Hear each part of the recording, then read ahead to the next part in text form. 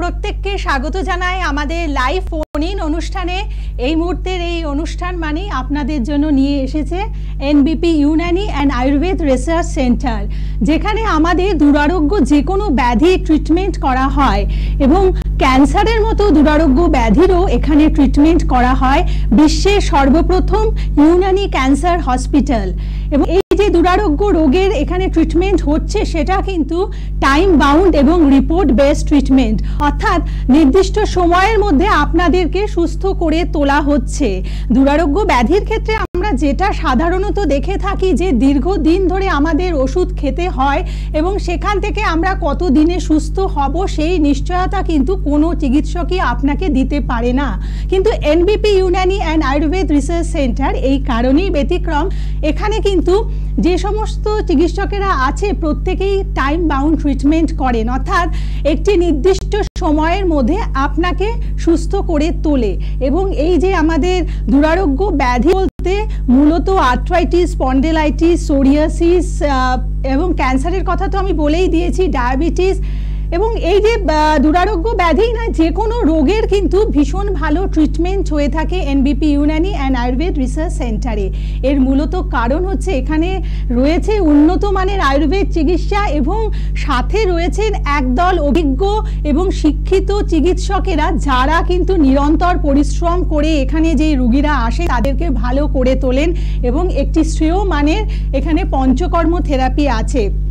আর এই সমস্ত কিছু মিলিয়েই আজকে এনবিপি Unani and Ayurveda research centre আমাদের ভারতবর্ষের অন্যতম সেরা আয়ুর্বেদ চিকিৎসা কেন্দ্র। আর আজকের এই লাইভ ফোন ইন অনুষ্ঠানে আপনাদের জন্য উপস্থিত আছেন এখানকার medical consultant doctor S Bhaduri. আজকের অনুষ্ঠানে ডাক্তারবাবুকে স্বাগত জানাবো। নমস্কার। নমস্কার। আর আপনারা অবশ্যই আমাদের সাথে তো ফোনে আছেন, মানে আপনাদের বিভিন্ন রোগ ব্যাধি নিয়ে আপনারা আমাদেরকে প্রশ্ন করুন কিভাবে খুব অল্প সময়ের মধ্যে ভীষণ ভালোভাবে আপনারা সুস্থতা পেতে পারেন, সেই আলোচনায় আমরা যাব। কিন্তু তার আগে একটা বিষয় নিয়ে আমরা আজকে মূলত আলোচনা করব, সেটা হলো ওবেসিটি বা বাংলাতে যেটাকে বলা হয়ে থাকে স্থূলতা। আসলে বলা হয়ে থাকে হেলথ ইজ ওয়েলথ, মানে আমাদের স্বাস্থ্যই হচ্ছে সম্পদ। কিন্তু একটা নির্দিষ্ট পরিমাপের পরে আমাদের যদি স্বাস্থ্য ভালো হতে থাকে সেক্ষেত্রে আমাদের স্বাস্থ্য কিন্তু আমাদের কাছে একটা যন্ত্রণা হয়ে ওঠে এবং সেখান থেকে নানান রোগের সৃষ্টি হয়। সে কারণেই কখন আমাদের এই যে স্বাস্থ্যের কি পরিমাপে পরে আমাদের এটাকে ওবেসিটি টার্মটাকে বলা হয়, সেই প্রশ্নতেই আগে ডাক্তারবাবুর কাছে যাব। যে আমরা তো মনে করছি যে ভালো খাচ্ছি, ভালো আছি, কারণ আমরা প্রত্যেকে বেটারমেন্ট চাই, ভালো খাওয়া পড়ার জন্যই তো আমাদের এতটা সারা জীবন স্ট্রাগল করার। কিন্তু একটা সার্টেন পিরিয়ডের পরে এই যে শরীরের সুস্থতা বা শরীরের স্বাস্থ্য ভালো হয়ে উঠছে সেটা আমাদের কাছে একটা যন্ত্রণাদায়ক পর্যায়ে পৌঁছে যাবে। সেটার পরিমাপটা কি? দেখুন, প্রথমে একটা কথাই বলবো যে সুস্থতা এবং স্বাস্থ্যকর মানে কিন্তু চেহারায় বৃদ্ধি পাওয়া নয়, ঠিক আছে? সেখানে কিন্তু শারীরিক ভেতর থেকেও একজন মানুষ কতটা সুস্থ আছে তার উপরেও কিন্তু নির্ভর করে। ধরুন কেউ একজনের ভলিউমে বেড়ে গেল, তার মানে আকারে বেড়ে গেল, সেখানে সেই যে আকারটা বেড়েছে সেখানে তো অনেক বেশি ফ্যাটও থাকতে পারে, চর্বি জমে থাকতে পারে, তার জন্য সে মোটা হয়ে যাচ্ছে। একজন খেলোয়াড় যখন তার আকার ধারণ করে ভালো, সে কিন্তু মাসেলের ডেভেলপ করে। কিন্তু একজন সাধারণ মানুষ যে কোনোদিন খেলাধুলার মধ্যে থাকছে না, অলস তার লাইফস্টাইল, কায়িক পরিশ্রম নেই, বসে কাজ করছে, এরকম মানুষের কিন্তু ক্ষেত্রে দেখা যায় তার যখন শারীরিক বৃদ্ধি পায়, শরীরের সাইজটা বড় হয়, তখন কিন্তু সে কিন্তু সুস্থ নয় বা স্বাস্থ্যকর বলবো না তাকে। সুস্থ হচ্ছে সেটাই যে ভেতর থেকে সুস্থ এবং তার শরীরের আকার চেহারা সঠিক থাকবে। এইটাই আমি বলবো যে এটা কখন আমরা বুঝতে পারবো যে এটা তার সঠিক আছে কি নেই, সেটাই একটা খুব সোজাভাবে আমি বলতে পারি যে যেটা সবাই আমি পরীক্ষা করে দেখতে পারেন।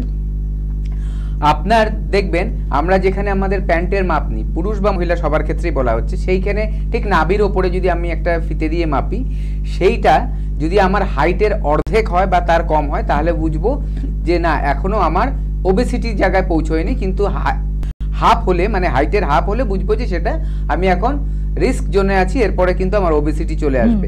কিন্তু যার ওই হাফের থেকে বেশি হয়ে গেছে, কোমরের মাপটা পুরো আমার হাইটের হাফের বেশি হয়ে গেছে, সে কিন্তু ওবেসিটিতে ঢুকে গেছেন। এবং ওবেসিটি কিন্তু একটা মারাত্মক ডিজিজ। এটা শুধু দেখতে ভালো লাগার জন্য কিন্তু ওবেসিটি আমাদের কমানো দরকার তাই নয়, কিন্তু এটা একটা রোগ যেটা বিভিন্ন বড় রোগকে, ক্যান্সারের মতো রোগকেও কিন্তু ডেকে নিয়ে আসতে পারে, বা ক্যান্সারের মতো রোগকেও কিন্তু বাড়িয়ে তুলতে পারে এই ওবেসিটি। তার জন্য এটা আমাদের কিন্তু সতর্ক হতে হবে। আচ্ছা, ফোনে কেউ আছেন, বলুন। নমস্কার। হ্যালো। হ্যাঁ নমস্কার। হ্যাঁ, আমি হাওড়া থেকে বলছিলাম। বলুন। বলছি আমার না মানে খাবার পর আর কি দুপুরবেলা ধরুন আমি লাঞ্চ করছি, তো লাঞ্চের পর আমার রাতের দিকে আর কিছু খেতে ভালো লাগছে না, পেট ভার হয়ে যাচ্ছে। আমি সপ্তাহ 2 এটা লক্ষ্য করছি। আচ্ছা, আপনার স্টুল কেমন হচ্ছে? পটি ক্লিয়ার হচ্ছে আপনার? হ্যাঁ, পটি ক্লিয়ার হচ্ছে। এবং আপনি যে খাদ্য খাবারগুলো খাচ্ছেন, কি ধরনের খাদ্য খাবার খাচ্ছেন দুপুরে যেটা খাচ্ছেন? নরমালি যেরকম মানুষ খায়, ভাত, ডাল, মাছ। আচ্ছা, সেটা কি মানে ঘরোয়া খাবারই খাচ্ছেন? আমি সেটাই জানতে চাইছি, ঘরোয়া খাবার না বাইরে থেকে? ঘরোয়া খাবারই খাচ্ছি। হ্যাঁ, ঘরোয়া খাবার। তেল মশলার পরিমাণটা কি একটু বেশি রয়েছে? তেল মশলার পরিমাণটা কি সেখানে বেশি হচ্ছে? কোনো দিন বেশি থাকে, কোনো দিন এমনি ন্যাচারাল। হ্যাঁ, কিন্তু তবু মনে হচ্ছে রাতের দিকে মানে মাংসটা হলে তো বেসিক্যালি তেল তো একটু থাকবেই তার মধ্যে। আচ্ছা, আপনি শুনতে থাকুন। আর রিলেটেড আর কোনো সমস্যা রয়েছে কি? বা না, খিদেটা হচ্ছে না। খিদেটা হচ্ছে না, ঠিক আছে, আপনি শুনতে থাকুন। প্রথম কথা, খিদে হতে হবে একটা মানুষের, তাহলে কিন্তু খাওয়া উচিত, এটা হচ্ছে প্রথম ব্যাপার। এবার হচ্ছে খাওয়ার নির্দিষ্ট টাইম এবং ধরনের ব্যাপার রয়েছে, যার জন্য আমাদের হজমটা ঠিক হয় না, কারো হয় না। যদি আমরা রাতের দিকে অতিরিক্ত বেশি খাবার খেয়ে ফেলি, একটা দেখা যাচ্ছে খুব ভারী খাবার খাচ্ছি, তাহলে কিন্তু হজম হতে চাইবে না এবং শরীরে একটা অস্বস্তির ব্যাপার হবে এবং ঘুমেরও বিঘ্ন করতে পারে। দুপুর দিকে কিন্তু আমাদের যদি সারাদিনের খাদ্য খাবারের মধ্যে সবচেয়ে ভালো খাদ্য খাবার যেটা আমরা বলি রিচ খাবার, ঠিক আছে, সেটা কিন্তু আমাদের দুপুরবেলা করা উচিত এবং সেটা মোটামুটি 12টার থেকে 1টার মধ্যে করে নেওয়া সবচেয়ে ভালো সময়। এবার আপনার ক্ষেত্রে যেটা হচ্ছে, আপনি দুপুরবেলা সাধারণভাবে যেমন সবাই খাচ্ছে সেভাবেই খাচ্ছেন, খিদে নেই। আপনার একটা কাজ করতে হবে। প্রথম কথা, খিদে নেই তার একটা বিশাল কারণ হচ্ছে যে আপনার যে ডাইজেস্টিভ সিস্টেমটা সেটা যদি ঠিক মতো আপনার ক্লিয়ার না হয়, একদম মুখ থেকে আমি শুরু করে একদম আমি বলছি অ্যানাস পর্যন্ত আমাদের এই পুরো লাইনটা যদি আমাদের ক্লিয়ার না থাকে, তাহলে কিন্তু বিভিন্ন ধরনের সমস্যা হয়। তার মধ্যে একটা হচ্ছে ব্লটিং বলি, যেটা পেট ভার হয়ে থাকা, ঠিক আছে, এটা একটা কারণ গেল। দ্বিতীয়ত, আমাদের যদি দেখা যাচ্ছে পাচন করার জন্য আমাদের যে ডাইজেস্টিভ এনজাইমস জুস, যেগুলো সঠিকভাবে যদি নিঃসরণ না হয়, যদি না তৈরি হয় আমাদের খাদ্য খাবারের হজমের সময়, সেগুলো যদি কাজ না করতে পারে ঠিক মতো প্রপারলি যেভাবে করা উচিত, তাহলেও কিন্তু দেখবেন আমাদের হজমের গন্ডগোল হচ্ছে। হজমের গন্ডগোল মানে সবসময় যে লুজ মোশন হবে সেটা না, কিন্তু দেখা যাচ্ছে আমার শরীরে অস্থিরতা আসতে পারে, যেটা খিদে না পাওয়ার, ব্লটিং যেটা আমরা বলি, মানে পেট ভার হয়ে থাকা, এইটাই কিন্তু আপনার ক্ষেত্রে হচ্ছে। তবে ফেলে রাখবেন না। আপনি দেখছেন কয়েকদিনের মধ্যে যদি দেখছেন এই জিনিসটা না সেরে যাচ্ছে, তাহলে অবশ্যই হেল্পলাইন নাম্বারে কল করে, হাওড়াতেই আমাদের চেম্বার আছে, আপনি হেল্পলাইন নাম্বারে কল করে জেনে নিন, ওখানে গিয়ে দেখিয়ে নিন। অল্প থাকতেই জিনিসটাকে সারিয়ে নিন। অল্প থাকতে সারিয়ে নিলে কি হবে, রোগটা বড় আকার ধারণ করতে পারবে না, নতুন নতুন রোগকে ও ইনভাইট করে নিয়ে আসতে পারবে না। এটা মাথায় রাখবেন। আমাদের এখন অল্প হয়েছে আপনার, এটা যদি দেখছেন 2-1 দিনের মধ্যে ঠিক হয়ে গেল, তাহলে কোনো ব্যাপার না। যদি ঠিক না হচ্ছে, তাহলে বুঝবেন ভেতরে একটা সমস্যা দেখা দিচ্ছে। সেটা আমাদের এনবিপির ডাক্তারবাবুরা যখন দেখবেন, আপনাকে এক্সামিন করবেন, আপনার সাথে কনসাল্ট করবেন, ওনারা আপনাকে ক্লিনিক্যালি এক ডায়াগনোসিস করে দেবে যে আপনার কি থেকে ওই প্রবলেমটা হচ্ছে, এবং তার মতো করে এবং সেই অনুযায়ী যখন আপনার ট্রিটমেন্টটা হবে, দেখবেন অল্পতে কিন্তু আপনি সুস্থ হয়ে যেতে পারবেন। একদম। এবং এই কারণেই আপনাকে ধরতে হবে এনবিপি ইউনানি অ্যান্ড আয়ুর্বেদ রিসার্চ সেন্টারের হাত, কারণ এখানে যে চিকিৎসা হয়ে থাকে সেটা কিন্তু সিমটম বেসড নয়, এখানে রুট কজে গিয়ে সমস্ত ট্রিটমেন্ট হয়। তাই যে কোনো রোগ থেকে আপনারা কিন্তু খুব অল্প দিনের মধ্যেই সুস্থতা লাভ করেন, এবং সেই রোগটা যে বারে বারে আপনার জীবনে ফিরে এসে আপনাকে ব্যতিব্যস্ত করবে, এই চিন্তা থেকে আপনি কিন্তু একেবারেই মুক্ত থাকতে পারেন। কিভাবে যোগাযোগ করবেন? অবশ্যই যে হেল্পলাইন নাম্বার রয়েছে সেখানে আপনারা ফোন করবেন, ফোন করে বুকিং করে নেবেন। বিভিন্ন জায়গায় চেম্বার রয়েছে। আসলে আপনাদের কথাতেই বা আপনাদের প্রয়োজনেই কিন্তু আজকে এনবিপি ইউনানি অ্যান্ড আয়ুর্বেদ রিসার্চ সেন্টারের বিভিন্ন শাখা প্রশাখা সারা ভারতবর্ষ জুড়ে এবং আমাদের দেশের বাইরেও বিভিন্ন জায়গায় ছড়িয়ে পড়েছে। কোথায় কোথায় আপনারা পাচ্ছেন সেগুলোতে যাব, তার আগে কেউ একজন ফোনে আছেন, বলুন। নমস্কার। হ্যালো, হ্যালো, হ্যাঁ বলুন, কে বলছেন? হ্যাঁ নমস্কার ম্যাডাম, হুম, আমি প্রশান্ত মল্লিক কথা বলছি। আচ্ছা বলুন, কোথা থেকে ফোন করেছেন? আমি ফোন করছি ধর্মতলা থেকে। আচ্ছা বলুন, কি হয়েছে? সমস্যা বলতে আমার মানে শীতকালে, তো শীতকালে আমার মানে ঠোঁট ফেটে যায়, ঠিক আছে, কিন্তু মানে আমার পুরো সিজন মানে একদম সবসময় আমার এই ঠোঁট ফাটাটা থাকে আর কি। এটা কি কোনো সমস্যা ম্যাডাম? আচ্ছা, আপনি শুনতে দেখুন, ঠোঁট ফেটে যায় আর কোথাও ফাটে? হাতের তালুর চামড়া বা পায়ের চামড়া? গায়ের চামড়া র্যাশ বেরোয়, আর হচ্ছে একটু রোদে বেরোলে হচ্ছে মানে লাল লাল হয়ে ফুলে যায় আর কি, মানে আচ্ছা, এরকম হয় না, সেই থোড়া থোড়া করে ফুলে যায়। মানে স্কিনের প্রবলেম হচ্ছে। ঠিক আছে, আপনি শুনতে ঠিক আছে। থাকুন। প্রথম কথা, আপনার ঠোঁটের ব্যাপারটা আসি। দেখুন, স্কিন হচ্ছে এমন একটা, মানুষের স্কিন হচ্ছে আমাদের এমন একটা অর্গান, সবচেয়ে বড় অর্গান হচ্ছে শরীরের হচ্ছে স্কিন।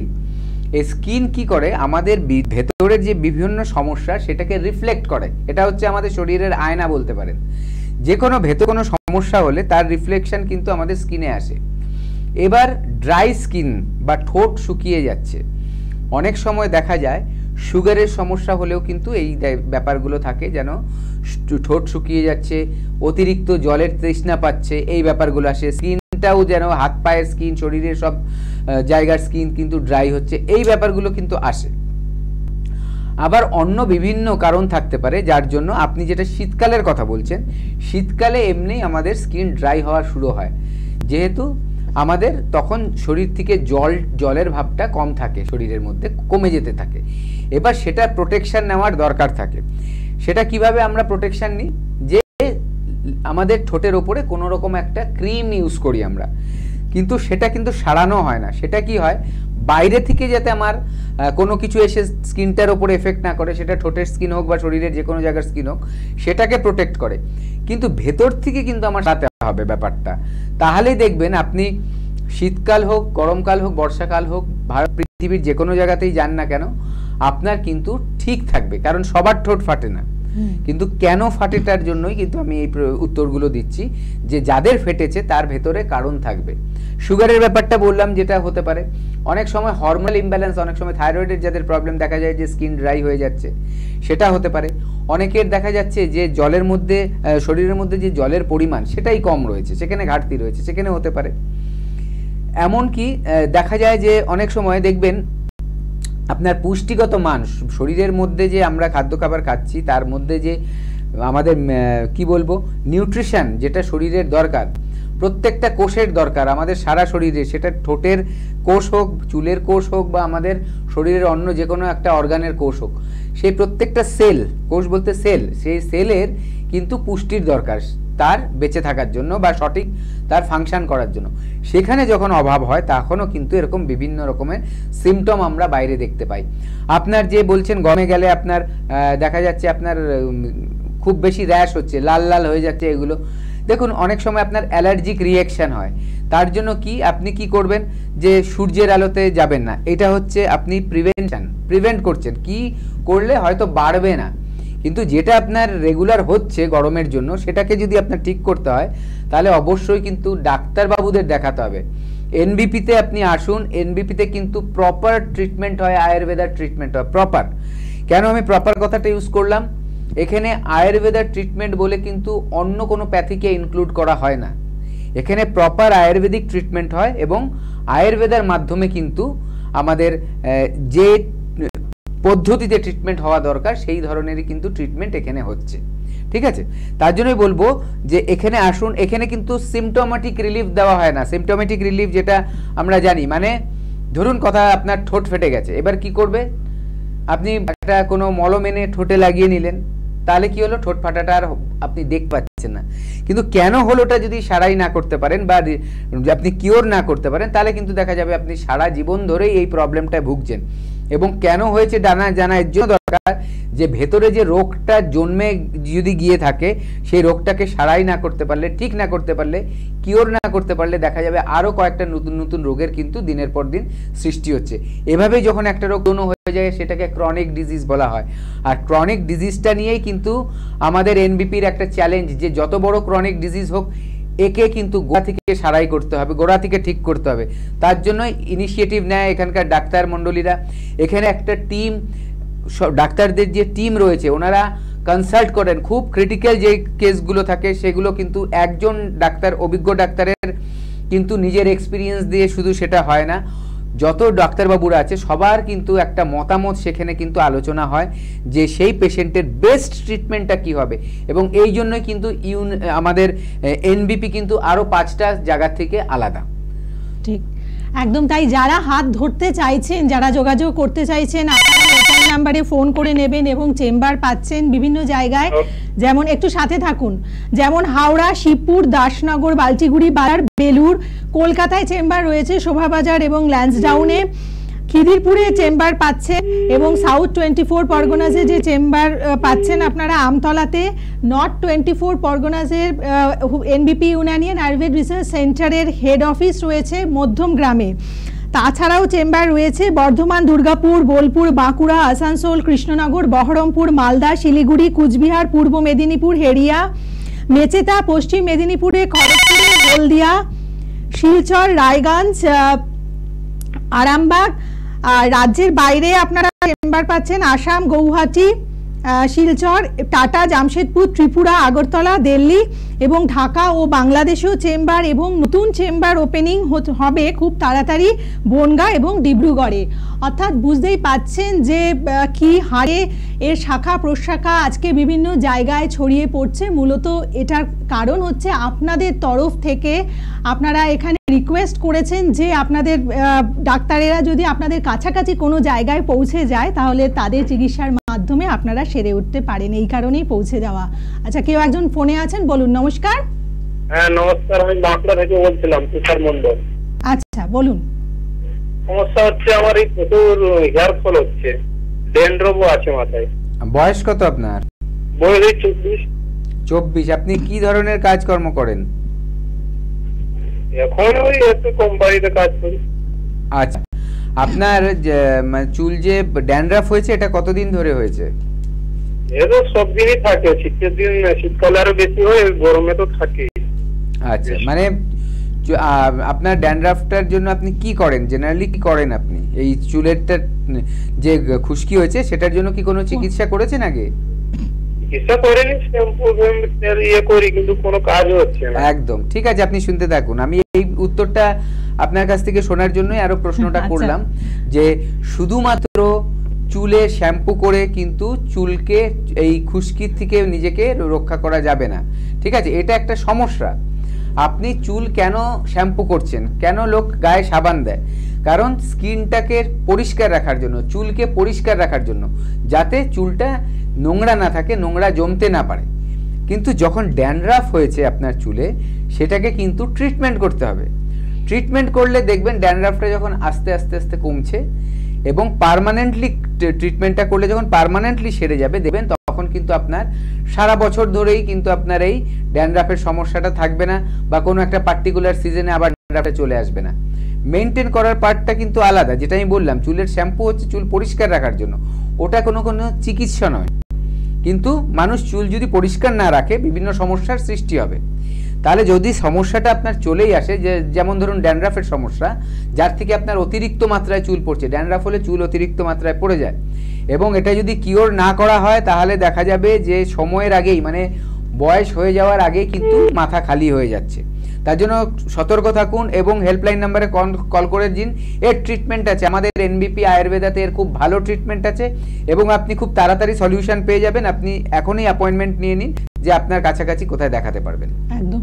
এবং তাই আয়ুর্বেদের হাত ধরলে পরে আসলে আয়ুর্বেদ হচ্ছে মাদার অফ অল মেডিসিনস বলা হয়ে থাকে। আর আমাদের সুস্থ থাকতে হলে, মানে ইংরেজিতে একটা কথা আছে যে healthy lifestyle is Ayurveda lifestyle, অর্থাৎ আয়ুর্বেদের হাত ধরলে আপনি অবশ্যই সুস্থ থাকবেন এবং আপনার যে মানে সবচেয়ে ভালো যে জায়গাগুলোকে আপনি জীবনে অ্যাচিভ করতে পারবেন আপনার স্বাস্থ্যের দিক থেকে।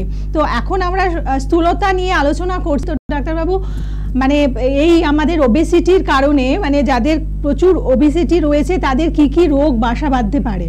দেখুন, ওবেসিটি একটা এমন সমস্যা, স্থূলতা একটা এমন সমস্যা, বিভিন্ন ধরনের আপনার মনে যে রোগটার কথা আপনার আসছে সেটাই কিন্তু দেখা যাবে যে স্থূলতার জন্য আপনার হচ্ছে, অথবা স্থূলতা থাকার ফলে সেটা আপনার বেড়ে যাচ্ছে।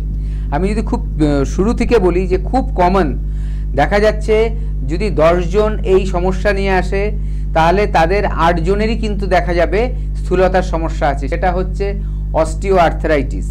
অস্টিও আর্থারাইটিসের সমস্যা যারা ভুগছেন, দেখবেন নিজেদের শরীর বা গঠন দেখেই নিজেরাই বুঝতে পারবেন যে আপনার শরীরের কিন্তু ওজনটা আপনার হাঁটু নিতে পারছে না, এবং সেখান থেকে অস্টিও আর্থারাইটিসের সমস্যায় আপনারা কষ্ট পাচ্ছেন। কি হচ্ছে? ব্যথা হচ্ছে অতিরিক্ত মাত্রায়, হাঁটাচলা করতে পারছেন না ঠিক মতো, তার সাথে সাথে কি হচ্ছে? হাড় ক্ষয়ে যাচ্ছে, এবং যখন হাড় ক্ষয়ে যেতে থাকে তখন কি হয়? হাড়ের যে শেপটা সেটা কিন্তু চেঞ্জ হয়ে যায় শরীরের ভারের ফলে। কি হয়? তখন দেখা যায় যে অনেকেই হাঁসের মতো করে হাঁটে, তাদের পাগুলো ব্র্যাকেট ফিট হয়ে যায়। ব্র্যাকেট ফিট মানে কি? এরকম আমাদের পাগুলো কিরকম থাকে? সোজা, কিন্তু তখন দেখা যাবে পাগুলো এরকম ধনুকের মতো বেঁকে গেছে, ঠিক আছে? এটাকে ব্র্যাকেট ফিট বলা হয়। আর হাঁটাটা কেমন হবে? যেন হাঁস হাঁটছে। হাঁসের হাঁটা যদি পেছন থেকে কোনোদিন দেখেন বুঝতে পারবেন ওরা কিন্তু দুলে দুলে হাঁটে। যাদেরই এরকম অতিরিক্ত মোটা তার আর্থারাইটিস আছে তাহলেই কিন্তু তাদের এই সমস্যাগুলো হবে, আর একটা টাইমের পর সে কিন্তু বিছানায় বসে পড়তে হবে। এটা মাথায় রেখেই কিন্তু এই ব্যাপারটা দেখুন, আর্থারাইটিসকে কমাতে হলে সাথে কিন্তু ওজনটাকেও কমাতে হবে। একদম। তাই আমাদের মানে ওজন যাতে কম হয় বা আমাদের স্থূলতাটা আমরা জানি কমাতে পারি, হ্রাস করাতে পারি, তাহলে আমাদের খাদ্য তালিকাটা কিরকম হওয়া উচিত? হ্যাঁ, আমি আরেকটু কয়েকটা রোগের কথা বলে দিই, তাহলে সুবিধা হবে বলতে। প্রথম কথা এটা একটা গেল। সেকেন্ড, আমরা যেটা দেখতে পারি, ডায়াবেটিস। যারা টাইপ 2 ডায়াবেটিসে ভুগছেন তাদের অনেকেরই, বেশিরভাগ লোকেরই দেখবেন যে চেহারা কিন্তু ভারী। এটা কিন্তু একটা খুব মানে বড় সাইন। কিন্তু দেখবেন কি তারা কি ক্লান্ত ফিল করে, টায়ার্ড ফিল করে, লেথার্জি আছে। কারণ কি হচ্ছে? শরীর পুষ্টি পায় না। যাদের টাইপ 2 ডায়াবেটিস থাকে তাদের যে এনার্জির লেভেলটা কমে যায়, তার জন্য এই ঘটনাটা ঘটে। এবং এটা দেখা গেছে যে তখন কি বডির মধ্যে যে মানে কি বলবো, শরীর কিন্তু তখন যে ইনসুলিনটা থাকে ওটা ইউটিলাইজ করতে পারে না, এবং সুগারটাও হাই হয়ে থাকে অনেক। তৃতীয়ত কি দেখা যায় যে অতিরিক্ত ফ্যাট থাকার সাথে সাথে কিন্তু ব্যাড কোলেস্ট্রল, যেটা আমরা শুনি, ব্যাড কোলেস্ট্রলটা কিন্তু শরীরের মধ্যে বেশি তৈরি হয়, এবং ব্যাড কোলেস্ট্রল থাকার ফলে কি হচ্ছে? রক্তের নালিতে একটা পলি পড়ে যায়। রক্তের নালিতে যখনই পলি পড়ে সেখানে কিন্তু হাই ব্লাড প্রেশারের সৃষ্টি হয়, এবং তার সাথে সাথে এক একটা সময় গিয়ে এমন দাঁড়ায় যে হার্ট ব্লকেজ যেটা বলি আমরা, সেই হার্ট ব্লক হয়, স্ট্রোক হতে পারে, ঠিক আছে? যেটা হার্ট অ্যাটাক, সেরিব্রাল অ্যাটাক, এই ধরনের সমস্যাগুলো কিন্তু দেখা দিতে পারে। তারপরে চলে আসি এবার আমরা লিভারের দিকে। লিভার যখন দেখা যায় অতিরিক্ত কেউ মোটা, তাদের যদি 10 জনকে টেস্ট করা যায় দেখা যাবে 9 জনেরই কিন্তু ফ্যাটি লিভার আছে। এবং আমাদের লিভার কিন্তু ব্রেনের মতো, সেকেন্ড ব্রেন বলা যায় আমাদের লিভারকে। কারণ এ খুব মানে নিজের বুদ্ধি খুব বেশি, এর বুদ্ধির ক্ষমতা খুব বেশি। যদি দেখা যাচ্ছে শরীরের এনার্জি নেই তখন লিভার কিন্তু গ্লুকোজ তো দিতে থাকে, সুগার দিতে থাকে। তেমনি যে কোনো কিছু রক্তে যাবার আগে কিন্তু লিভার সেটাকে ডিটক্স করে, পরিশোধন করে, যাতে খারাপ বিষাক্ত জিনিসগুলো আমাদের ব্লাডের মধ্যে না যেতে পারে। এবার সেটাকে যদি আপনি ফ্যাট দিয়ে ঘিরে থাকেন, ধরুন লিভার একটা ছাঁকনিরও কাজ করছে, এই যে টক্সিনগুলোকে বাইরে বের করে দিচ্ছে, ব্লাডে যেতে দিচ্ছে না।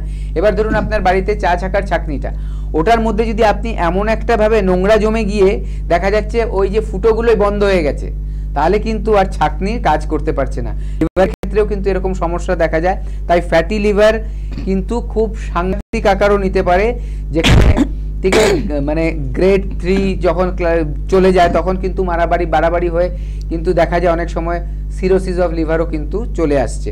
তো এগুলো কিন্তু মাথায় রাখতে হবে। এর সাথে সাথে মহিলাদেরও বিভিন্ন সমস্যা আছে, ওটা আলোচনায় পরে আসছি। এবার একটু ডায়েট সম্বন্ধে যেটা আপনি প্রশ্ন করছিলেন আমি বলছি।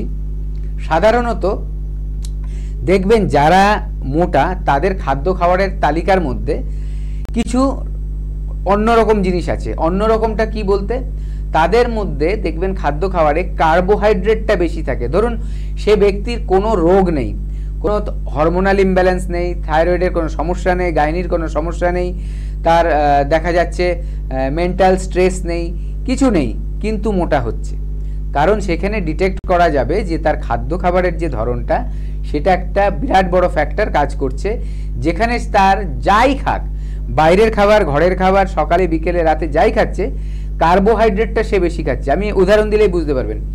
আজকাল কি হয়ে গেছে, লোকের লাইফস্টাইল কি হচ্ছে, কেনা খাবার বেশি খাচ্ছে, কেনা খাবার বেশি খাচ্ছে। সেখান থেকে দাঁড়িয়ে দেখা যাচ্ছে কেনা খাবারের মধ্যে বার্গার, ফাস্ট ফুড, আপনি সবগুলো যা খাচ্ছেন আপনি সবগুলোকে একটু চোখ বন্ধ করে ভাববেন, সবগুলো হয় চাল থেকে তৈরি, নাহলে আটা থেকে, গম থেকে তৈরি, ঠিক আছে? 99% জিনিসই কিন্তু তাই। আর যেগুলো মিষ্টি জিনিস আছে তার মধ্যে আটার জিনিসও আছে বা ময়দার জিনিসও আছে, তার সাথে রয়েছে চিনি, সবগুলোই কিন্তু সুগার। তার জন্য কার্বোহাইড্রেটটা ভেঙেই কিন্তু সুগার তৈরি হয়, তারপরে ভেঙে গ্লুকোজ তৈরি হয়। এইটাই কিন্তু আমাদের গন্ডগোল করে। তার জন্যই বলছি এই খাদ্য, এবার কেন বললাম এই কার্বোহাইড্রেটের কথা, এটা যখন যতটুকু আমি কাজ করছি ততটুকু খরচা হয়ে গেল, বার্ন হলো, যেটা আমার শরীরে খরচা হবে না সেটা শরীরে কিন্তু ফ্যাট আকারে জন্মে যাবে, ফ্যাট আকারে স্টোর হয়ে যাবে এবং মাছ মোটা হতে থাকবে। আচ্ছা, ফোনে কে আছেন বলুন? নমস্কার। হ্যাঁ নমস্কার, বলুন কোথা থেকে ফোন বলছি? চাকদা থেকে বলছি, নাম স্বপন ঘোষ।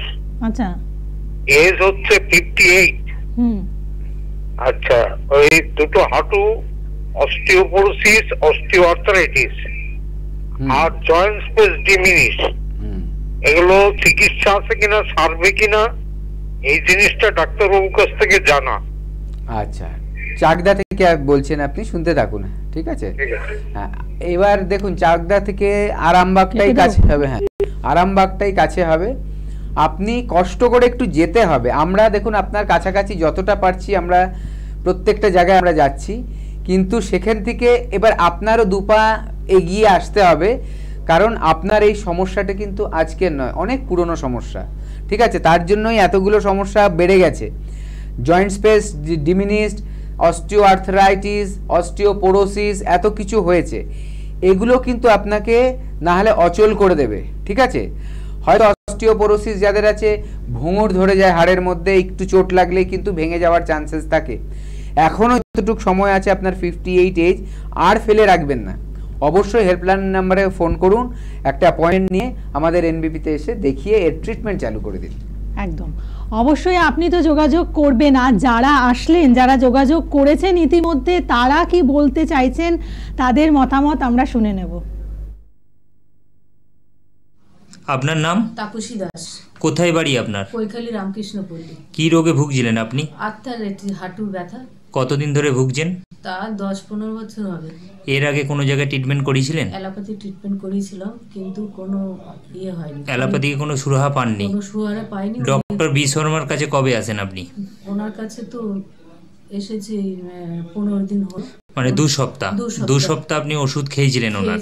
খেয়ে এখন কেমন আছেন? খেয়ে এখন আমি খুবই ভালো আছি। মানে আগের তুলনায় আপনি অনেকটা সুস্থ? অনেকই সুস্থ, হাঁটতেও পারছি। এতদিন হাঁটতে পারতাম মানে হাঁটতে পারতেন না, এখন হাঁটছেন? এখন হাঁটতে পারছি। এনবিপি ইউনানি অ্যান্ড আয়ুর্বেদ রিসার্চ সেন্টারের ট্রিটমেন্টে এখন অনেকটা সুস্থ আপনি? ওকে। আপনার নাম কি? নাম প্রবীর মণ্ডল। কোথায় থাকেন? সোনারপুর থানার অন্তর্গত নবাসান গ্রাম। আচ্ছা, আপনার কি অসুখ হয়েছিল? অসুখ হয়েছিল আর্থারাইটিস। হ্যাঁ, মানে আর্থারাইটিস যন্ত্রণা হতো। আচ্ছা, পায়খানারও সমস্যা ছিল। আচ্ছা, এখানে আপনি কতদিন ধরে ট্রিটমেন্ট করাচ্ছেন?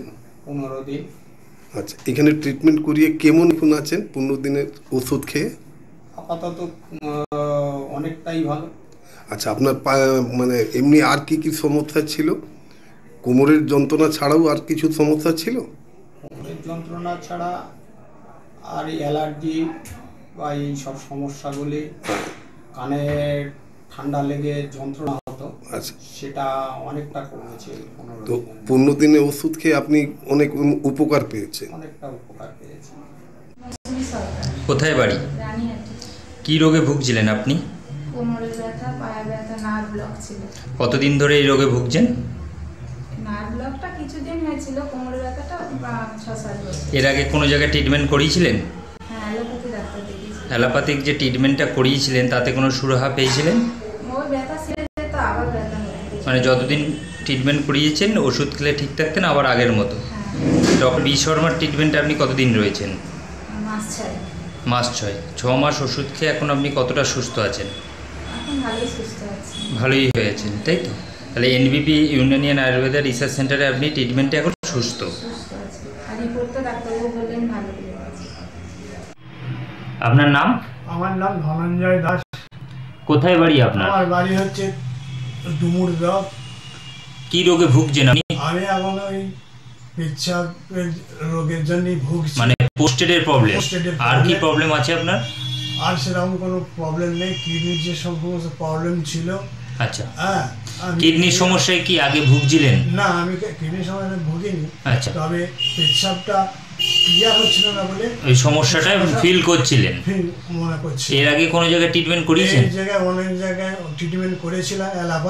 অ্যালোপ্যাথিকে ট্রিটমেন্টটা করে কোনো সুরাহা পেয়েছিলেন? সুরাহা কিছু পাইনি। মানে কিছুই পাননি? কিছুই পাইনি, বেড়ে গেল। আচ্ছা, অ্যালোপ্যাথিকে ট্রিটমেন্ট করে আপনার বেড়ে গেছে? বেড়ে যাওয়ার পর আমি জুন মাসের 6 তারিখে আমাকে অপারেশনের ডেট দেয়। আমি অপারেশন না করে আমি এই 6 তারিখ অপারেশনটা না করে আপনি ডক্টর বি শর্মার কাছে আসেন? হ্যাঁ, যোগাযোগ করে এবং প্রমোদ শর্মা এবং নিরঞ্জনা ভট্টাচার্য যোগাযোগ করে আমি ওনার প্রোগ্রাম দেখে এই ওষুধ খেয়ে 15 দিনের ওষুধ খেয়ে আমি যখন সুস্থ হতে লাগলাম। আপনি ওষুধ কতদিন খেয়েছেন? প্রায় 4 মাসের মতন হলো ওষুধ। 4 মাস ওষুধ খেয়েছেন, কিন্তু এখন ওষুধ খেয়ে আপনার যে সমস্যাগুলো ছিল এখন কেমন আছে? এখন আমি পুরোপুরি সুস্থ আছি। মানে পুরোপুরি আপনি সুস্থ বোধ করছেন? ডক্টর বি শর্মার ট্রিটমেন্টে এখন আপনি অনেকটাই সুস্থ? এনবিপি ইউনানি অ্যান্ড আয়ুর্বেদা রিসার্চ সেন্টারে ট্রিটমেন্ট করে আপনি এখন অনেকটা সুস্থ বোধ করছেন, তাই তো?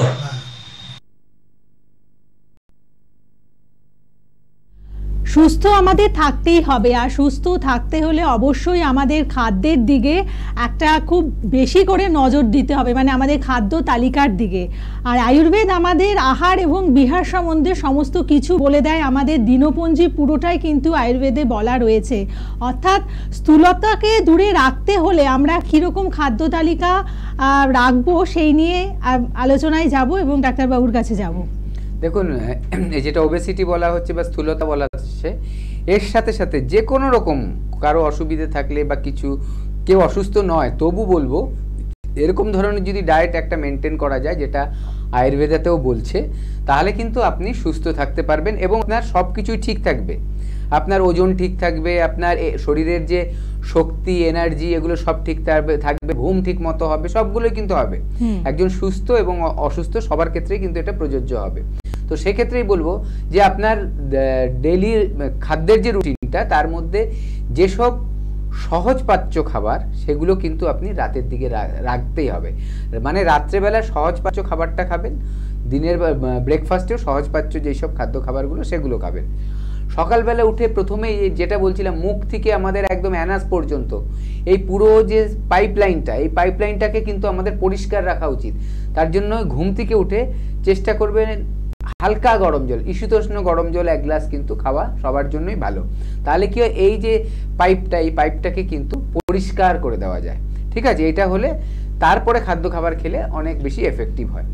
এবার আমাদের যে দুপুরের খাদ্য খাওয়াটা, টাইমটা মোটামুটি চেষ্টা করবে সবাই মেনটেন করা। সবারই একটা টাইম থাকে, চেষ্টা করবেন একটা রুটিনের মধ্যে রেগুলার একটা মানে রেগুলারিটি মেনটেন করার, যে মোটামুটি 12:30 থেকে 1টার মধ্যে খাবার চেষ্টাটা করবেন। অনেকেই বলবেন আমরা কাজের চাপে খেতে পারছি না, চেষ্টা করবেন আপনার 90%-এরও যদি কাছাকাছি ওই জায়গাটায় আসে, তাহলে দেখবেন আপনি 100% সুস্থ থাকবেন। তৃতীয়ত হচ্ছে আপনার বিকেলবেলার খাবারটা একদমই হালকা, আর রাত্রে যে খাবারগুলো খাবেন সেগুলো যাতে সহজ পাচ্য হয়, যেগুলো হজম হতে কষ্ট হয়, মনে হচ্ছে বেশি খেয়ে ফেললে পেট ফুলে যাবে, সেই রকম খাদ্য খাবার খাবেন না। রাত্রে অতিরিক্ত মাত্রায় খাবেন না, দুপুরে খান, যে একটু বেশি করে খেয়ে, মানে তৃপ্তি করে। আমরা কি করি, বেশিরভাগটাই রাত্রিবেলা বাড়িতে গিয়ে তৃপ্তি করে খেয়ে নিই, আর সেটা অনেক রাতেও হয়ে যায়, বেশি রাতেও হয়ে যায়। তো এইগুলো যদি করা হয় তাহলে কিন্তু আমাদের শরীরের সিস্টেম ঠিকমতো কাজ করবে না। আমাদের জন্ম থেকে যে একটা সিস্টেম প্রকৃতি আমাদের দিয়ে পাঠিয়েছে, সেই সিস্টেমটাকেই কিন্তু আমরা নষ্ট করে ফেলেছি, নিজেদের লাইফস্টাইলটাকে খারাপ করে ফেলেছি, হয়তো বিভিন্ন কারণে। সেখানে হয়তো আমাদের চাপও থাকতে পারে, দৈনন্দিন জীবনের যে চাপ রয়েছে, কর্মচাপ রয়েছে, সেগুলোর থেকেও হতে পারে। তবু আমাদের বেঁচে থাকতে গেলে সুস্থভাবে দীর্ঘায়ু যদি লাভ করতে হয়, বেশি দিন কর্মক্ষমতা যদি আমাদের রাখতে হয় তাহলে কিন্তু অবশ্যই আমাদের মাথায় রাখতে হবে আমার কিন্তু সুস্থ থাকতে হবে, এবং তার জন্য এরকম একটা মানে ডেইলি রুটিন কিন্তু আমাদের নিয়ম মেনে চলতে হবে। এবং রাতের ঘুমটা, মিডনাইটে জেগে থাকলে চলবে না, রাতের ঘুমটা যাতে মোটামুটি অ্যাডাল্টের জন্য 7 ঘন্টা হয়, কারণ এই টাইমটায় শরীর কিন্তু শরীরকে মানে রিপেয়ার করে, নিজে নিজে কিন্তু হিলিং হয়। তো এটা মাথায় রেখেই চললে দেখবেন আপনি অনেক বেশি সুস্থ হয়ে থাকতে পারবেন। বলুন কে আছেন? নমস্কার। হ্যালো, কোথা থেকে? মেদিনীপুর থেকে বলছেন, বলুন। হ্যাঁ বলুন কি হয়েছে? হ্যালো হ্যালো, বলুন কি প্রবলেম হয়েছে আপনার? প্রবলেম তো প্রেসারের, আর ওই মানে গ্যাস হয়ে যাচ্ছে। মানে ব্যাপারটা হচ্ছে মেডিসিন না খেলে, গ্যাসের ওষুধ না খেলে সমস্যা হচ্ছে। ও কি বিপদ বা সেভাবে কিছু? প্রেসারও আছে, গ্যাসও হয়ে যাচ্ছে, তাই তো? হ্যাঁ প্রেসার তো আছে, প্রেসারের ট্যাবলেট তো খেয়েই যেতে। আচ্ছা, সুগার? না না, সুগার নেই। আচ্ছা, আর রাতে ঘুম হয় ঠিক মতো? হ্যাঁ মোটামুটি, খুব মোটামুটি। আচ্ছা, আপনার ওজন কি বেশি? হ্যাঁ ওজন 68। না 68। হাইট কত? 5 ফুট। 5 ফুট, ঠিক আছে, আপনি শুনতে থাকুন। দেখুন, আপনার ওজনটা বেশি, এটা একটা কি বলবো, যে কোনো রোগকে যে আমি বলছিলাম টেনে আনছে। দেখা যাবে হয়তো আপনাকে যদি সামনাসামনি দেখা যেত তাহলে বোঝা যেত, পরীক্ষা নিরীক্ষা আছে যেটা করলে বোঝা যায় যে আপনার শরীরের যে ফ্যাটটা সেটা কতটা রয়েছে, কতটা বেশি রয়েছে। কারণ এখান থেকেই কিন্তু আমি যেটা বললাম যে হাই প্রেশারের ব্যাপারটা কিন্তু চলে আসতে পারে। কারণ যদি আমাদের শরীরে দেখা যাচ্ছে কোলেস্ট্রলের মাত্রা বেশি থাকে, বিশেষ করে ব্যাড কোলেস্ট্রল যেটা আমাদের ক্ষতি করে, সেটা যদি বেশি থাকে তাহলে দেখা যায় যে রক্তের যে নালিটা গেছে, যার ভেতর দিয়ে রক্ত পাস হয়, সেখানে কিন্তু পলি পড়ে যায়, মানে একটা নোংরা জমে যায়। সেই নোংরা জমলে কি হয়, দেখা যায় যে রক্তটা যখন চলাচল করে তার ভেতর দিয়ে রক্তটার ওপরে চাপ আসে, মানে জোরে করে যেতে হয়, প্রেশার পড়ে রক্তের নালির ওপরে, এইটাকেই বলে ব্লাড প্রেশার।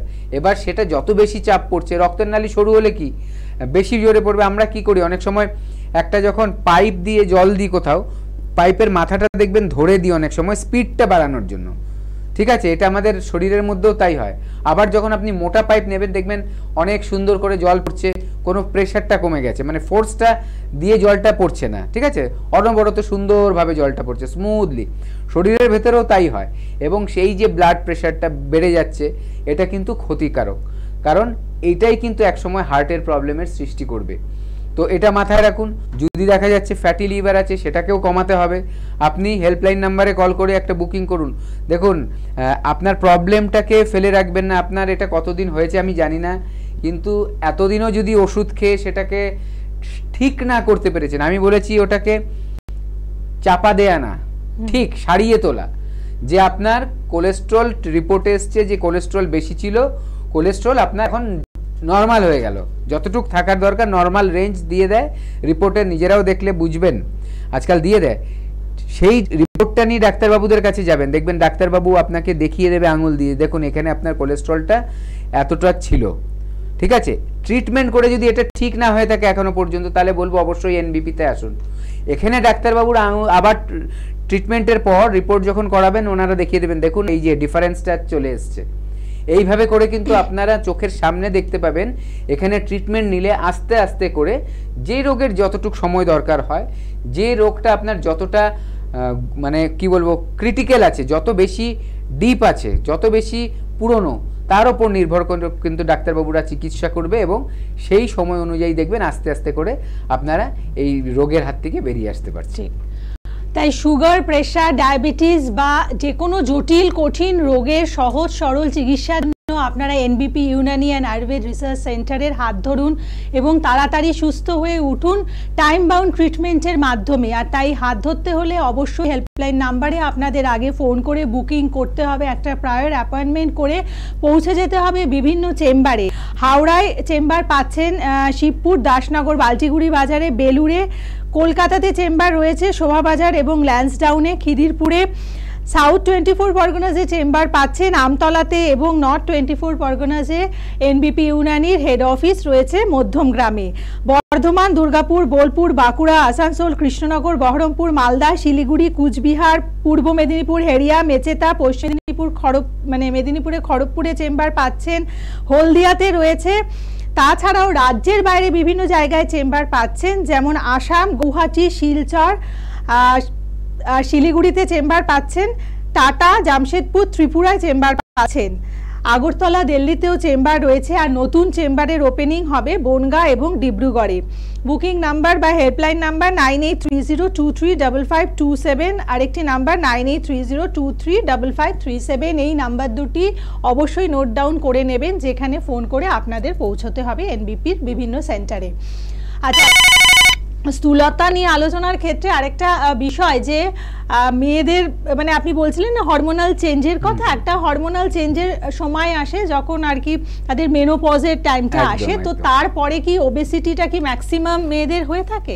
তো এই প্রশ্নের উত্তরে আসবো, কিন্তু কেউ ফোনে আছেন। বলুন। নমস্কার। হ্যাঁ নমস্কার, বলুন কে বলছেন? আমি অজিত সমাদ্দার বলছি। বলছিলাম মেদিনীপুর থেকে। আচ্ছা বলুন। বলছিলাম আমার না প্রচন্ড পরিমাণে চুল উঠে যাচ্ছে। বয়স কত আপনার? আমার বয়স হচ্ছে 32। হ্যাঁ বলুন, পেটের সমস্যা রয়েছে কিছু? পেটে বলতে সেরকম ভাবে 40টা ক্লিয়ার কম, মানে রেগুলার ক্লিয়ার সেরকম ভাবে হয় না। আচ্ছা, খাদ্য খাবারের ধরনটা কেমন একটু বলুন।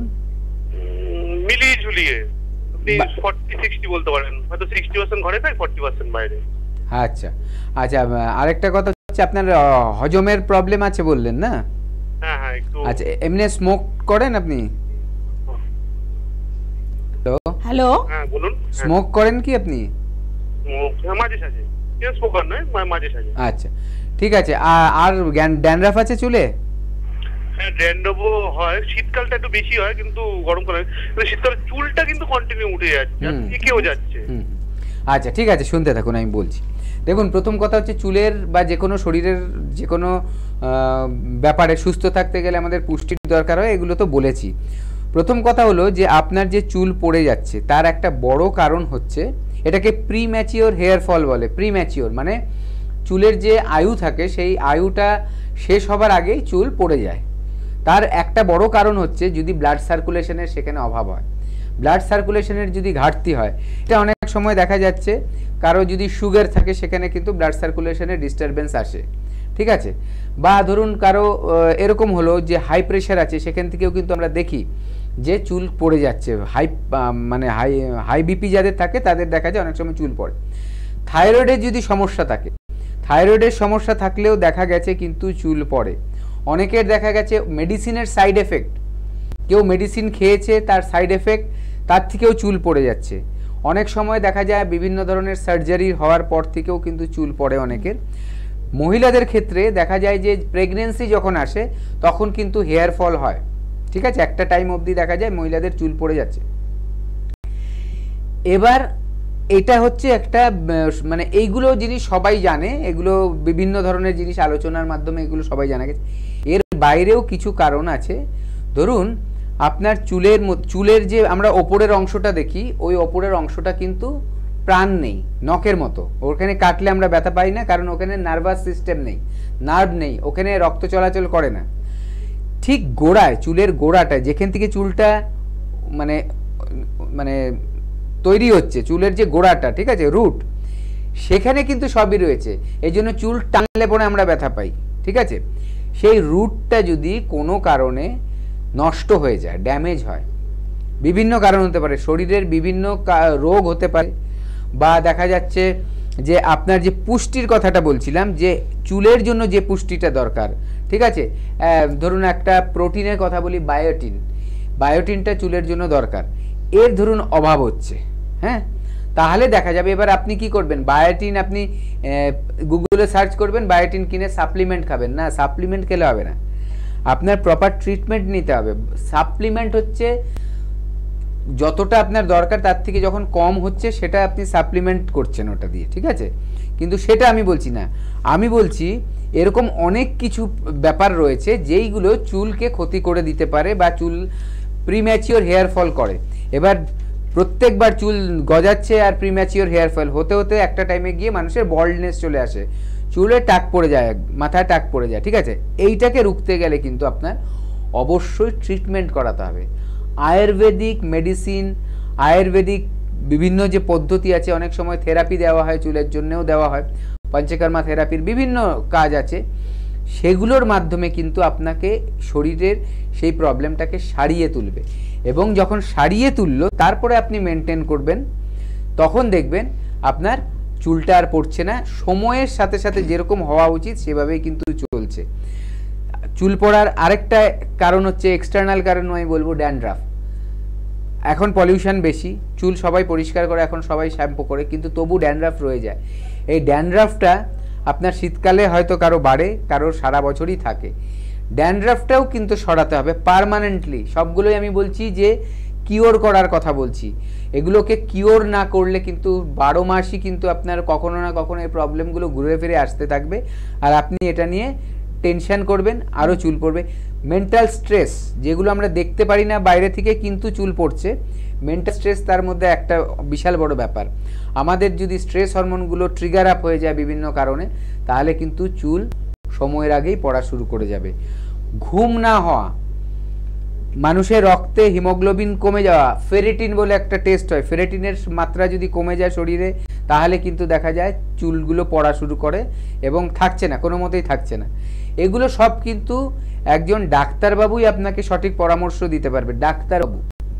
এবং আমাদের এনবিপিতে কিন্তু এরকম একটা ডক্টরসদের টিম কাজ করে, যেই টিম কিন্তু এর ওপরে কিন্তু কি বলবো, মানে সাবজেক্টিভ রিসার্চ করে চলেছে, মানে পেশেন্ট দেখে দেখে দেখে তার উপরে রিসার্চ কেন হচ্ছে, কোন পেশেন্টের সাথে কোন পেশেন্টের প্রবলেম এরকম বিভিন্ন ধরনের ভাবে রিসার্চ করে দেখা গেছে ওনারা যে মেডিসিন প্রেসক্রাইব করে সেগুলো কিন্তু খুব তাড়াতাড়ি কাজ করে। অন্য যেসব জায়গায় আমরা দেখতে পাই যে একজন মানুষ মনে হচ্ছে 2 বছর 4 বছর ধরে ওষুধ, সবারই একই লাগছে, সবারই 4 বছর ধরে ওষুধ খাচ্ছে, এটা কেন হবে? কারো জন্য সেটা 2 মাসে ঠিক হবে কোনো একটা সমস্যা, কারো জন্য 6 মাস, কারো 1 বছর, নির্ভর করবে যে রোগটা কতটা পুরনো, কতটা গাড়িয়ে গেছে শরীরের মধ্যে তার উপরে। কিন্তু একটা রোগের সবার জন্য একই চিকিৎসা হবে তা তো নয়, একইভাবে আউটকাম আসবে তা তো নয়, একই সময় লাগবে তাও নয়। তার জন্য ইন্ডিভিজুয়ালি কিন্তু ট্রিটমেন্ট করা হয়, প্রত্যেকটা পেশেন্ট কিন্তু আলাদা একটা ব্যক্তিত্ব, তাই জন্য তার ট্রিটমেন্টও কিন্তু এনবিপিতে আলাদা আলাদা মতো করে কিন্তু করা হয়। একদম, মানে এখানে পার্সোনালাইজড ট্রিটমেন্ট আপনারা পেয়ে থাকেন, অর্থাৎ আপনার রোগ অনুযায়ী আপনাকে ওষুধ দেবে এবং ট্রিটমেন্ট হবে, মানে ভীষণ কেয়ার নিয়ে ট্রিটমেন্ট হয়। আর যে সমস্ত চিকিৎসকেরা এই এনবিপির সাথে যুক্ত রয়েছেন তাদের নামগুলো একবার দেখে নেব। এখানে চিফ মেডিকেল ডিরেক্টর আপনারা পাচ্ছেন ডক্টর বি শর্মাকে, চিফ মেডিকেল অফিসার রয়েছেন doctor N Bhattacharya, chief medical administrator doctor S Ghoshal, chief medical executive doctor A Haldar, senior medical officer doctor R Dey এবং senior medical coordinator doctor S Sultana রয়েছেন এবং chief adviser doctor N L Sharma এবং আজকের অনুষ্ঠানে medical consultant doctor S Bhaduri আপনাদের জন্য উপস্থিত আছেন। আচ্ছা, কেউ ফোনে অপেক্ষা করছেন, বলুন। নমস্কার। হ্যাঁ নমস্কার, বলুন কোথা থেকে ফোন করেছেন? আমি হাওড়া থেকে বলছি। আচ্ছা আচ্ছা, আমার ইয়েটা হচ্ছে খাবার পরে পেট ব্যথা করে, পেট ব্যথা করে, এবারে মানে বাথরুম হওয়ার পরে ঠিক আছে। আচ্ছা, খেলেই মনে হয় পটি পাচ্ছে, তাই তো? হ্যাঁ হ্যাঁ, পেটটা ব্যথা করলো, তারপরে একটা পটি হয়ে যাওয়ার পরে। হ্যাঁ ঠিক আছে, এটা কতদিন ধরে হচ্ছে? এটা হয়ে গেল কাছাকাছি 1 বছর। 1 বছর। আপনি কোনো চিকিৎসা করেছেন এর জন্য? না না না, করিনি। আচ্ছা, আপনার বাড়ি কোথায়? বাড়ি হচ্ছে হাওড়া। হাওড়া, ঠিক আছে, আপনি শুনতে থাকুন, বলছি। দেখুন, প্রথম কথা হচ্ছে এই যে খেলেই সমস্যাটা হচ্ছে, তার মানে আপনার ডাইজেশনের প্রবলেম হচ্ছে, হজমের প্রবলেম হচ্ছে, হতে পারে ওখানে কোনো ইনফেকশনও তৈরি হয়েছে, ঠিক আছে, যেটা খেলে পরে কিন্তু আপনার বেড়ে যাচ্ছে প্রবলেমটা। যখনই আপনি অনেক সময় দেখা যায় যে কোনো একটা ইনফেকশন থাকে, শরীরের মধ্যে মোচড় দেয়, পেটের মধ্যে মোচড় দিচ্ছে, তারপরে স্টুল পাস হয়, আলটিমেটলি আস্তে আস্তে কমে যায়, ওর প্রকোপটা কমে যায়। এবার এটাকে যে 1 বছর ধরে ফেলে রেখেছেন না, আপনি নিজেও জানেন না ওটার ভেতরে কি হয়েছে, আপনি কোনো চিকিৎসাও করেননি, এটা কিন্তু আস্তে আস্তে বড় আকার ধারণ করবে। এখন শুধু পেটে ব্যথা হচ্ছে, স্টুল পাস করলে ঠিক হয়ে যাচ্ছে, যদি আলসার না হয়ে থাকে দেখা যাবে এখান থেকে বড় বড় কিন্তু সমস্যার সৃষ্টি হচ্ছে। তখন কিন্তু অনেক কিছু আপনার করতে হবে, কিন্তু অনেক কিছু করেও দেখবেন আপনি চট করে সুস্থ হচ্ছেন না। এই জায়গাটা ফেলে রাখবেন না, এইটাই আমাদের সবসময় আমাদের যারা ভিউয়ার আছে, যারা আমাদের প্রোগ্রাম দেখেন তাদেরকে রিকোয়েস্ট, আপনি টিভিতে প্রোগ্রামটা শুনলেন, শোনার পর আপনি কি বলছি এগুলো শুনে কালকেই আপনি ভুলে গেলেন, যে আবার টিভিতে প্রোগ্রাম দেখছেন, বারে বার হয়তো দেখছেন, কিন্তু আপনার যে মানে পরামর্শগুলো শুনছেন সেইভাবে কিন্তু আপনাদের ট্রিটমেন্টটা এসে করাতে হবে। যদি আপনারা ট্রিটমেন্টটা না করান তাহলে কিন্তু আমরা কিন্তু আপনাকে হেল্প করতে পারছি না। আমরা তখনই হেল্প করতে পারবো সঠিকভাবে যখন আপনারা আমাদের সামনে আসবেন, ডাক্তারবাবুরা আপনাদেরকে এক্সামিন করবে, দেখবে, এবং দেখার পর নির্দিষ্ট একটা কারণ খুঁজে পাবে যে এই জন্য আপনারটা হচ্ছে। ঠিক আছে, তার জন্যই বলছি, যেটা একটু আগেই বলছিলাম, যে প্রত্যেকজন পেশেন্ট কিন্তু আলাদা আলাদা ইন্ডিভিজুয়াল।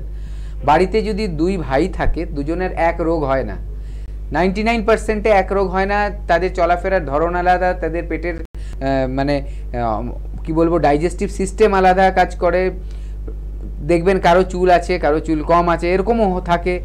তাই কেউ নির্দিষ্ট একটা চিকিৎসা সবার জন্য নয়, একটা সিমটম সবার জন্য নয়। পেটের ব্যথার মানে অনেক কারণ হতে পারে। ঠিক আছে, হ্যাঁ, আরেকটা আপনার যেটা আমি একটাই বলবো যে এখানে আপনার হজমের কিন্তু গন্ডগোল হচ্ছে। যখন হয়তো এটাও হতে পারে আপনার ওখানে অনেক বেশি গ্যাস তৈরি হয়ে যাচ্ছে, যে খাদ্য খাবারগুলো খাচ্ছেন সেগুলো ঠিক মতো হচ্ছে না, যেই আপনি স্টুল পাস করছেন তার সাথে উইনটা বেরিয়ে যাচ্ছে, তখন হয়তো পেটটা হালকা হয়ে যাচ্ছে আর ব্যথাটা কমছে। কিন্তু এগুলো ফেলে রাখবেন না, এগুলো কিন্তু বড় বড় রোগকে অবশ্যই টেনে নিয়ে আসবে। একদম। এবং তাই যে কোনো রোগ থেকে আপনারা যদি সুস্থ হয়ে উঠতে চান, অবশ্যই যত তাড়াতাড়ি সম্ভব আপনারা এনবিপি ইউনানির হাত ধরবেন, কারণ রোগ যদি ফেলে রাখেন সেটা কিন্তু জটিল থেকে জটিলতর হবে, এবং যত তাড়াতাড়ি আসবেন আপনি সুস্থ হয়ে উঠবেন। এবং এখানকার ট্রিটমেন্ট বলতে আপনারা জানেন যে একেবারে যন্ত্রণাবিহীন, সাইড এফেক্টবিহীন ট্রিটমেন্ট, যেই ট্রিটমেন্টের মাধ্যমে আপনি অল্প সময়ের মধ্যে একেবারে সুস্থ স্বাভাবিক জীবন ফিরে পাবেন। বলুন, কে আছেন সাথে? নমস্কার। নমস্কার, আমি জেলা থেকে বলছি, অজিত ঘোষ। আচ্ছা, আমি সমস্যা বলতে গেলে দীর্ঘ 6 মাস হচ্ছে, মানে এক সাইড পা যন্ত্রণা করে খুব, ডান দিকটা। কোথায় যন্ত্রণা করে? পায়ে? পায়ে যন্ত্রণা করে। ডান সাইডটা ডান পাটা যন্ত্রণা করে, তাই তো? হ্যাঁ। আচ্ছা, আপনার বয়স কত? বয়স আমার 48। আপনার প্রেসার, সুগার এগুলো কিছু আছে বা টেস্ট করেছেন? না, কোনো ঠিক সব আছে, কোনো টেস্ট করিনি। আচ্ছা, আপনি তাহলে জানলেন কিভাবে যে ঠিক আছে? আপনি তো টেস্টই করেননি, কোনো ডাক্তারবাবুদের পরামর্শ নিয়েছেন? ডাক্তার বলতে গেলে বড় হোমিওপ্যাথি দেখিয়েছিলাম। হ্যাঁ, যে ওষুধ খেয়েছিলাম, খাওয়ার পরে 2-3 মাস খাওয়ার পরে একটু কমেছিল, আবার দেখি হচ্ছে। আচ্ছা, আপনি শুনতে থাকুন, আমি বলছি। দেখুন, এই যে ব্যথাটা অনেক সময় কেন জিজ্ঞাসা করলাম, অনেক সময় যাদের সুগার থাকে তাদেরও প্রবলেমটা হয়, যাদের আবার নার্ভের ওপরে চাপ খেয়ে থাকছে, হয়তো কোমরে কোনো একটু সমস্যা আছে, সেখান থেকে নার্ভের ওপরে ব্লাড সার্কুলেশন ঠিক হচ্ছে না, নার্ভের ওপরে চাপ আসছে, তাদের ক্ষেত্রেও কিন্তু এরকম ব্যথার সৃষ্টি হতে পারে। আমরা ব্যথার বোধটা তখনই করি যখন নার্ভটা এফেক্টেড হয়, তার আগে কিন্তু আমরা ব্যথার বোধটা করি না। ঠিক আছে, ধরুন আমাদের কারো কোমরে ব্যথা, কোমরে হাড়ের ওপরে চাপ এসছে, ওই নার্ভটা যেই জায়গা দিয়ে পাস হয়েছে সেখানে ব্যথা হতে পারে। যেমনি ধরুন সাইটিকার নার্ভের ওপরে চাপ আসলে সাইটিকা পেইন বলি আমরা, এরকম দেখা যায়। অনেক সময় দেখা যায় ঘাড়ের মধ্যে নার্ভের চাপ পড়েছে এবং ওই ঘাড় থেকে নার্ভটা যেদিকে গেছে, হয়তো হাতের দিকে নেমেছে, হাতের যেই জায়গায় গেছে, যেই পার্টটার ওপর নার্ভের চাপ আছে সেই জায়গাগুলো আমরা ব্যথা ফিল করি। এবার ব্যথার ওষুধ আপনি খেলে সেই ব্যথাটাকেই কমিয়ে রাখতে পারবেন। মানে কি, আপনি বুঝবেন না যে ব্যথাটা আপনার আছে, কিন্তু যে কারণে ব্যথাটা হয়েছে ওটা কিন্তু রয়েই গেল।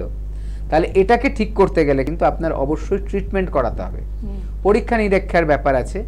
ডাক্তারবাবুরাই কিন্তু আপনাকে গাইড করবে কিভাবে করলে, কি ট্রিটমেন্ট করলে, কিভাবে চললে, সব কিছু নিয়ে আপনি কিভাবে সুস্থ থাকতে পারবেন।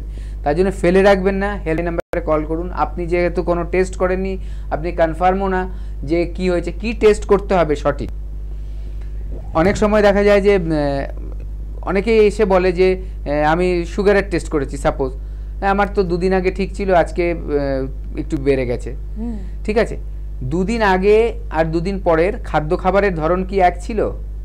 এবার আপনি তো শুধু সুগারই টেস্ট করবেন, হয়তো blood sugar fasting, blood sugar PP যেটা হয় সেগুলো করবেন, কিন্তু ডাক্তারবাবুরা হয়তো আপনার কথা শুনে হয়তো আরও একটা কিছু সুগারের টেস্ট দেবে, যেটাই কিন্তু ওনারা বুঝে যাবে আপনার হয়তো লাস্ট 3 মাস ধরে কীরকম অ্যাভারেজ আপনার চলছে। ঠিক আছে, তখন কিন্তু কনফার্ম ওনারা হয়ে যাবে হ্যাঁ আপনি কি সত্যি সুগার মানে ডায়াবেটিস আপনার আছে না আপনার নর্মাল সুগার আছে, এটা কিন্তু তখন ওনারা বুঝতে পারবে। এরকম অনেক টেস্ট আছে যেগুলো হয়তো সাধারণ মানুষ সেগুলোর দিকে তাকাই না বা তাদের বোঝারও কথা না, কিন্তু ডাক্তারবাবুরাই জানে। তার জন্যই একটা কথা বলবো, ওভার দ্য কাউন্টার গিয়ে মেডিসিন কিনে খেয়ে কিছু রোগ সারানো যায় না। কিছুক্ষণের জন্য ভালো থাকতে পারে, বা আপনি আপনার পাশের বন্ধুকে দেখে বা বাড়ির লোকের জন্য একটা ওষুধ কিনেছেন, সেটা রেখে দিয়েছেন, হয়তো আপনি খেয়ে নিলেন, কিছুদিন ভালো থাকলেন, কিন্তু আপনার রোগটা যে সারছে কিনা আপনি কিন্তু বুঝতে পারবেন না যতক্ষণ আপনি ডাক্তারকে দেখাচ্ছেন। অবশ্যই তাই হেল্পলাইনে ফোন করুন, আপনাদের যাই সমস্যা থাকুক এনবিপিতে এসে আপনারা চিকিৎসা করান, দেখবেন সুফল পাবেন। বলুন কে আছেন? নমস্কার। নমস্কার, আমি আন্দুল থেকে বলছিলাম। বলুন। আমার জেঠুর সমস্যা, আমার জেঠুর মানে বাম হাতে আঙ্গুল মানে নার্ভের প্রবলেম আছে, বাম হাতে আঙ্গুল মানে সব সময় কাঁপছে। ওটার জন্য উনি ওষুধ খাচ্ছেন কিন্তু কিছুতেই ভালো হচ্ছে না। বয়স কত জেঠুর? বয়স হলো ওই 42-43 মতন হবে। 42-43 বছর মাত্র, শুধু হাত কাঁপছে তাই? হ্যাঁ। আচ্ছা, শুনতে থাকুন। শুধু বাম হাত। আচ্ছা, ওনার আগে অন্য কোনো রোগ হয়েছিল কি? পুরো হাত নয় কিন্তু বাম হাতের আঙ্গুলগুলো। হ্যাঁ, বুঝতে পেরেছি। আপনার ওনার কি আগে কোনো অসুখ হয়েছিল, নার্ভের কোনো রোগ? বা না, নার্ভের কোনো রোগ ছিল না, কিন্তু ওনার ডায়াবেটিস আছে। ঠিক আছে, আপনি শুনতে থাকুন। দেখুন, এরকম যে সিমটম, কাঁপার সিমটম, অনেক সময় আমরা দেখি এটা পার্কিনসন বলে একটা ডিজিজ আছে সেটাই। এবার শুরুটা অল্প দিয়েই হয়, হয়তো একটা হাত কাঁপছে, এরপরে দেখা যায় যে দুটো হাত কাঁপে, তারপরে দেখা যাচ্ছে কথা বলতে গেলে স্ট্যামারিং হয়, মানে তোতলে যায়, ঠিকমতো কথা বলতে পারে না। তারপরে দেখা যায় যে হাঁটতে অসুবিধা হচ্ছে, হাঁটতে গেলেও কাঁপছে। এবং এই স্টেজটা যদি চলে আসে কারো, তখন কিন্তু খুব মারাত্মক একটা ঘটনা ঘটতে পারে, সেটা হচ্ছে হাঁটতে হোঁচট খেয়ে তারা পড়ে যায়। ঠিক আছে, এখানেও একটা বিজ্ঞানের ব্যাপার রয়েছে যে আমাদের যে বডি কাজ করে না, আস্তে আস্তে কিন্তু আমরা ব্রেক চিপে, শরীর এমনি গাড়ি ব্রেক চেপে, শরীরের মধ্যে ওরকম ব্রেক চিপে গিয়ে কিন্তু আমরা দাঁড়াই। কিন্তু এইসব লোকেদের, মানুষদের কি হয়, ওনারা হয়তো হাঁটতে গিয়ে হঠাৎ থামতে পারে না, তখন হোঁচট খেয়ে পড়ে গিয়ে কিন্তু বড় সড়ো একটা মারাত্মক বিপদ ডেকে আনে। সেই স্টেজে যাতে না যায়, তাহলে অল্প থাকতেই যাতে সারিয়ে নেওয়া যায়, কারণ এটা পুরো নার্ভের থেকে হচ্ছে, এটা ব্রেন, নার্ভ শুরু হয়তো ব্রেন থেকে, সেখান থেকে হচ্ছে। তাই এটাকে ফেলে রাখবেন না, বড় আকার ধারণ করলে কিন্তু তখন অনেক প্রবলেমে পড়বেন। এটা ডোপামিন বলে আমাদের এখানে ব্রেনে একটা থাকে, কেমিক্যাল থাকে, সেটার কিন্তু গন্ডগোলের থেকে এটা সৃষ্টি হয়। এখানে কিন্তু শারীরিক চিকিৎসার সাথে সাথে মানসিক ব্যাপারটাও দেখা হয়, কারণ এখানে যেহেতু নার্ভ রিলেটেড ব্যাপার থাকে। আর আমাদের কিন্তু এনবিপিতে পঞ্চকর্মা থেরাপির বিশাল একটা সুব্যবস্থা রয়েছে, দূর দূরান্ত লোকেরা কিন্তু এখানে এসে নেওয়ার ব্যবস্থা রয়েছে, যে আমাদের কলকাতায় এসে তারা নিতে পারে। তাই হেল্পলাইন নাম্বারে কল করুন, একটা অ্যাপয়েন্টমেন্ট নিন, আপনার জেঠুকে কিন্তু শিগগির দেখিয়ে নিন আপনার বাড়ির কাছাকাছি কোথায় আমাদের ডক্টরসরা থাকছে এনবিপি তরফ থেকে। যে কোনো রোগকে ফেলে না রেখে, সেলফ মেডিকেশন না করে আপনারা এনবিপি ইউনানি অ্যান্ড আয়ুর্বেদ রিসার্চ সেন্টারের অভিজ্ঞ চিকিৎসকেদের মতামত নিন এবং সুস্থ হয়ে উঠুন। আপনারা ভালো থাকুন। এরকম কিছু অনুষ্ঠান নিয়ে আবার পরবর্তী পরে ফিরবো। নমস্কার।